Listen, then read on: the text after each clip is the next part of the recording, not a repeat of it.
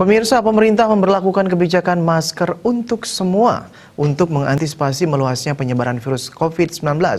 Namun keberadaan masker di pasaran justru langka dan harganya pun mahal.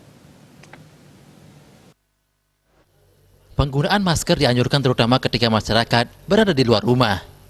Kebijakan ini muncul lantaran selama ini di Indonesia banyak kasus positif COVID-19 diderita orang tanpa gejala OTG. Melalui akun Facebook @balipos, netizen menyampaikan pandangannya mengenai hal tersebut. Sebagian besar netizen mengeluhkan ketersediaan masker di pasaran yang tergolong langka dan mahal. Jadi meskipun pemerintah menyatakan masker untuk semua, jika masker langka, kebijakan ini tetap tak bisa diterapkan maksimal. Memang ada solusi, yaitu membuat masker sendiri, tetapi setidaknya ada upaya pemerintah dalam memastikan stok masker di pasaran aman. Jangan sampai ada oknum-oknum yang sengaja melakukan penimbunan dan mengeruk keuntungan di tengah bencana. Netizen juga berharap pemerintah melaksanakan kegiatan pembagian masker gratis.